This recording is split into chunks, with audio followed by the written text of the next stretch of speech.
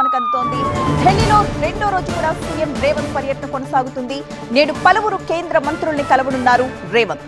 Urea కొరతపై చర్చించే అవకాశం ఉంది. నిన్న గడ్కరీ రేవంత్ RRR పనులకు అనుమతులు ఇప్పించాలని రేవంత్ వినతి పత్రం సమర్పించారు. అలాగే future city Amaravati Bandar port వరకు 12 వరుసల గ్రీన్ ఫీల్డ్ రోడ్డు మంజూరు చేయాలన్నారు రేవంత్. తెలంగాణలో వర్షాలతో జరిగిన నష్టంపై కూడా ఒక నివేదిక అందజేశారు. ఇంటిగ్రేటెడ్ స్కూల్స్ కి నిధులివ్వాలంటూ విజ్ఞప్తి చేశారు సీఎం రేవంత్.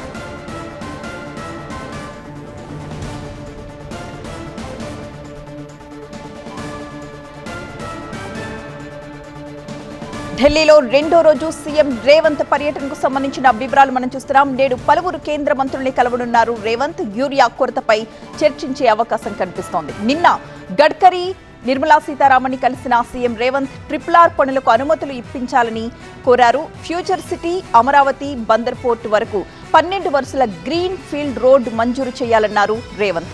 తెలంగాణలో వర్షాలతో జరిగిన నష్టంపై కూడా ఒక నివేదిక అందజేయబోతున్నారు ఆయన. ఇంటిగ్రేటెడ్ స్కూల్స్ కి నిధులు ఇవ్వాలంటూ విజ్ఞప్తి చేశారు.